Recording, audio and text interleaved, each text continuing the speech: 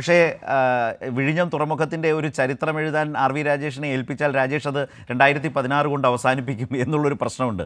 ആ കല്ലിട്ടിടത്ത് നിന്ന് അതിൻ്റെ ഒരു പൂർത്തീകരണത്തിലേക്ക് 16 മുതൽ നേരിട്ടിട്ടുള്ള നിരവധിയായ വെല്ലുവിളികൾ, രാഷ്ട്രീയമായ നിങ്ങൾ തന്നെ സൃഷ്ടിച്ച എതിർപ്പുകൾ, നിങ്ങളുടെ തന്നെ മനസ്സിലിരിപ്പും നിങ്ങളുടെ രാഷ്ട്രീയ ആഗ്രഹവും ഒക്കെ പകലുപോലെ വെളിപ്പെട്ട ആ 16-ന് ശേഷമുള്ള കാലം കൂടിയുണ്ട്. അത് പുറകെ വരുമ്പോൾ രാജേഷ് അതിനോട് സ്വാഭാവികമായും സംസാരിക്കും എന്നറിയാം. ഞാനിത് പറയുമ്പോൾ സാന്ദർഭികമായി പറയുന്നൊരു കാര്യം, ഇപ്പോൾ ആ കരാർ ഒപ്പിടുന്ന കാലത്ത് കരാറിലെ വ്യവസ്ഥകളോട് കേരളത്തിനകത്ത് ശക്തമായ വിയോജിപ്പ് രൂപപ്പെട്ടിരുന്നു. അതിൽ വലിയ ഡിബേറ്റുകൾ നടന്നിരുന്നു. പിന്നീട് CNAG-യുടെ റിപ്പോർട്ടിൽ തന്നെ ആ കരാറുമായി ബന്ധപ്പെട്ട അതിലെ പോരായ്മകൾ വളരെ സ്പഷ്ടമായി രേഖപ്പെടുത്തപ്പെട്ടിട്ടുണ്ട്.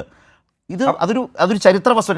രാജേഷ്, ഞാൻ വരാം പ്ലീസ്. അപ്പോൾ ഇപ്പോൾ 10 കൊല്ലം അവർക്ക് അധികമായി നൽകിയത് അടക്കമുള്ള കാര്യങ്ങൾ, അതിലൂടെ അധികമായി അവരിലേക്ക് പോകുന്ന കാര്യങ്ങൾ, അങ്ങനെയൊക്കെ ഒരുപാട് കാര്യങ്ങൾ CNAG-യുടെ റിപ്പോർട്ടിൽ തന്നെ വന്നതുകൂടി നമ്മുടെ മുമ്പിലുണ്ട് എന്ന് സാന്ദർഭികമായി ഞാൻ പറഞ്ഞു. പക്ഷേ ആ കരാർ, അതിലും വലിയ എതിർപ്പുകളെ നേരിട്ട് നിന്ന ആ പദ്ധതി നടപ്പാകണം എന്ന ഒരു ഇച്ഛയിൽ നിന്നാണ് അതിനു മുമ്പുണ്ടായിരുന്ന സർക്കാരുകൾ തുടർച്ചയാണ് ആ കരാറിനെ മുന്നോട്ട് കൊണ്ടുപോകുന്നു. വ്യവസ്ഥകളോട് വിയോജിപ്പുള്ളപ്പോഴും എത്രമാത്രം പ്രായോഗികമായി നമ്മൾക്കത് നടപ്പാക്കിയെടുക്കാം എന്നതിൽ നിന്നുകൊണ്ട് 16 മുതൽ അതിൻ്റെ പ്രയാണം മറ്റൊരു ഘട്ടത്തിൽ മുന്നോട്ട് പോയി.